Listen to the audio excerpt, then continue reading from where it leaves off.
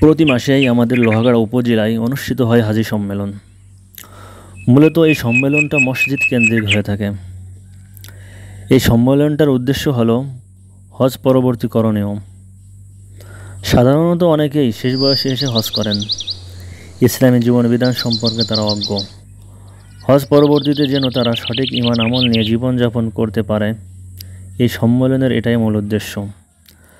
হাজীদের মধ্যে যা আলেম আছেন তেনারাই সঠিক দিক নির্দেশনা দেন। প্রতি মাসে এক একজন হাজী সাহেব তিনার এলাকার মসজিদে আয়োজন করেন। এই মাসে আয়োজনটা ছিল আমাদের মসজিদে। আমরা মূলত প্রতি মাসে একবার আসি। কেন আসি? আমরা প্রতি মাসে বিভিন্ন হাজী সাহেবের দাওয়াতে বিভিন্ন গ্রামের মসজিদে আমরা আসি। কেন আসি?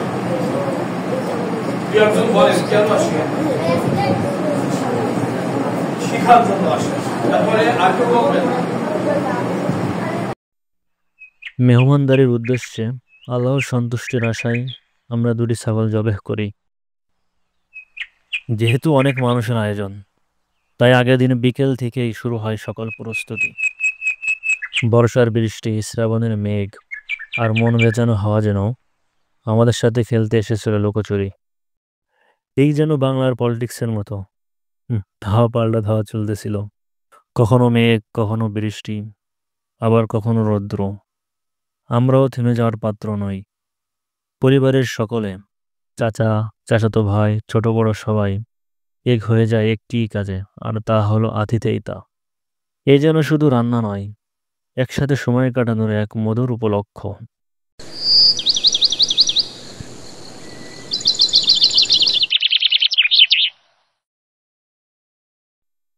পরদিন সকালে আমরা রান্না করি ভুনা খিচুড়ি। ছাগলের চর্বির ঘ্রাণে ভরে যায় পুরা উঠান। বৃষ্টি ভেজা সকাল, আর তার মাঝে একসাথে বসে খাওয়ার আনন্দ। সেই স্বাদ, সেই মুহূর্ত ভুলে যাওয়ার নয়। এরপর শুরু হয় মূল প্রস্তুতি। মেহমানদের জন্য প্রস্তুত করি বিশেষ রান্না। প্রত্যেকটা পদে মিশেছিল আমাদের ভালোবাসা, আন্তরিকতা আর ইসলামের আদব। এ সম্মেলন শুধু হাজীদের মিলন মেলা নয়, এ এক শিক্ষা, ভালোবাসার বন্ধন আর আল্লাহর রাহে খিদমতের একটা সুযোগ। আলহামদুলিল্লাহ, আমরা একসাথে ছিলাম, একসাথে চেষ্টা করেছি, একসাথে খুশি হয়েছি। আর এটাই তো আমাদের ইসলামের সৌন্দর্য, ভ্রাতৃত্ব।